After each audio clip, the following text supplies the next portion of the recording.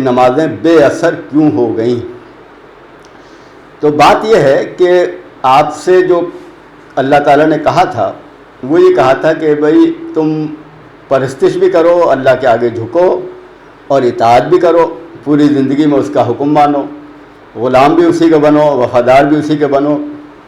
اور اس نے ان سب کاموں کو ہم کر سکیں، اس کی سخت کیپیسٹی ہمارے اندر پیدا ہو، اس کے لیے کچھ اہم کام بتائے جو خود فرض ہیں، یعنی صلاۃ نماز یہ خود بھی فرض ہے اور دوسرے اہم کاموں کے لیے ہمارے اندر کیپیسٹی بھی، سخت بھی، صلاحیت بھی پیدا کرتی ہے۔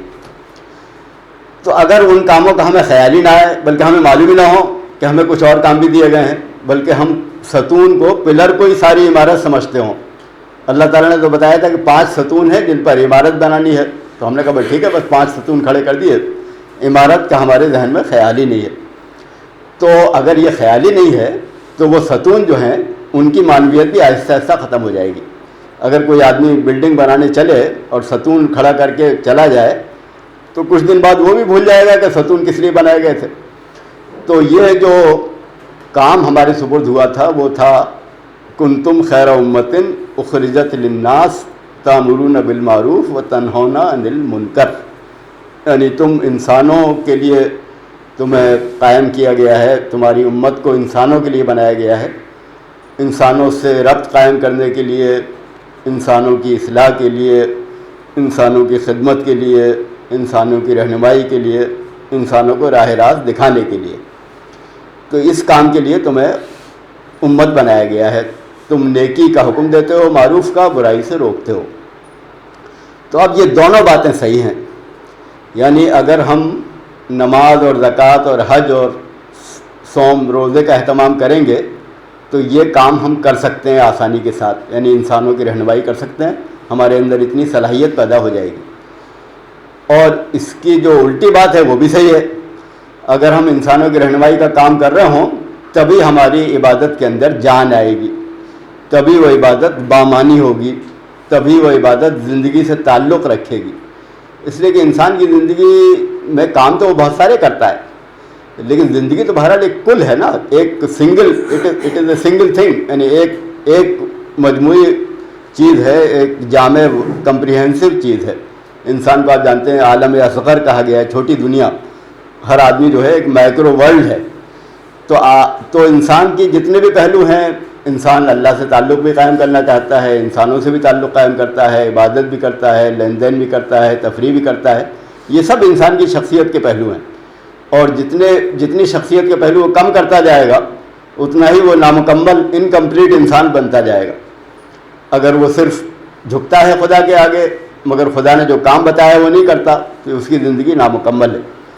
تو اللہ تعالیٰ ہم سے یہ کہتا ہے کہ تمہیں تو مکمل زندگی گزارنی ہے، انسانوں سے بھی تعلق قائم کرنا ہے، خدا سے بھی تعلق قائم کرنا ہے، میرے آگے جھکنا بھی ہے، اور میں نے جو کام بتایا ہے انسانوں کی رہنمائی کرو وہ کام بھی کرنا ہے۔ تو اگر ہم اس میں سے کچھ بات مانتے ہیں، نماز کا اہتمام کر لیتے ہیں، دوسرا کام نہیں کرتے، تو وہ جو ایک کام ہم کرتے ہیں اس کام میں بھی جان نہیں رہتی۔ یہ الگ بات ہے کہ اللہ تعالیٰ نے جو نظام عبادات بنایا ہے وہ ایسا ہے کہ ہماری ان حرکتوں کے باوجود وہ ہمیں کچھ نہ کچھ فائدہ تو پہنچاتا ہے، یعنی ایسا نہیں ہے کہ وہ جو مولانا کے خطبے کا جو عنوان ہے نمازیں بے اثر کیوں ہو گئیں، نمازیں مکمل بے اثر ہیں، ایسا نہیں ہے۔ یعنی نمازوں کا اثر پڑتا ہے لیکن نمازوں کا جو اثر پڑنا چاہیے وہ نہیں پڑتا۔ اسی طرح معاملہ روزے کا ہے، اسی طرح معاملہ حج کا ہے، ہر عبادت انسان پر کچھ نہ کچھ اثر تو ڈالتی ہے ہماری ساری غفلت کے باوجود، لیکن وہ کافی نہیں ہے۔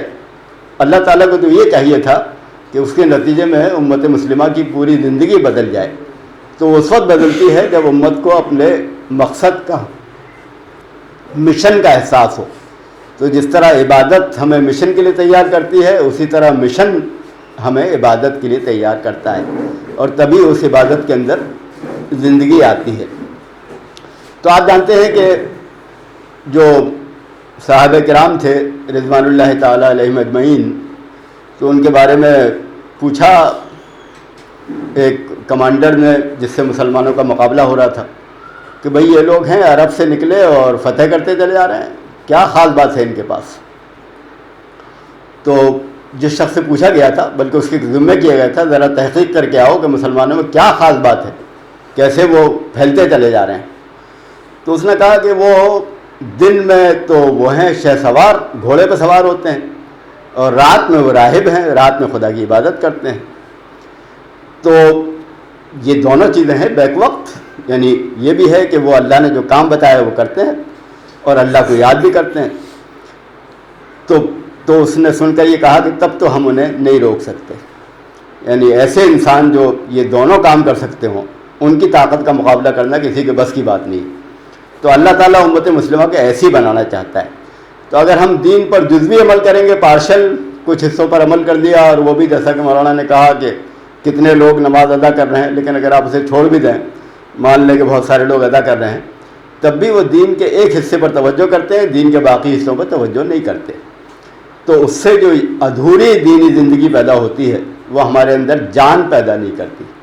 اللہ تعالیٰ کا جو دین ہے وہ محض ڈیوٹی کا، بار کا نام نہیں ہے، بلکہ تو شوق کا نام ہے. یعنی جو کام ہمیں دیا گیا ہے وہ ایسا ہے جو ہمارے دلوں میں ولولہ پیدا کرتا ہے، امنگ پیدا کرتا ہے، انسان کو بہتر انسان بناتا ہے. تو اگر وہ شوق نہ ہو تو پھر دین کے جو احکام ہیں وہ آپ کو الگ الگ نظر آئیں گے، ان میں کوئی تعلق ہی نہیں ہوگا آپس میں. جب تعلق نہیں ہوگا تو وہ سب بے جان ہو جائیں گے. تو بنیاد تو یقیناً یہ عبادات ہیں، صلاۃ اور صوم اور حج اور روزہ، حج اور اسی طرح زکوٰۃ. لیکن اس بنیاد کے بعد پھر وہ کام ہونا چاہیے جو اللہ تعالیٰ چاہتا ہے. تو جب ہم اللہ کے آگے جھکیں گے بھی اور دنیا کو بھی اس کی طرف بلائیں گے، یعنی وہ کام کریں گے جو اس نے ہمارے سپرد کیا ہے، تب ہماری دینی زندگی مکمل ہوگی. اور جب مکمل ہوگی تو اس کے اندر جان آئے گی، وہ ہمیں بھی پرکشش محسوس ہوگی، اٹریکٹیو محسوس ہوگی، دنیا کو بھی پرکشش محسوس ہوگی. وآخر دعوانا الحمدللہ رب العالمین.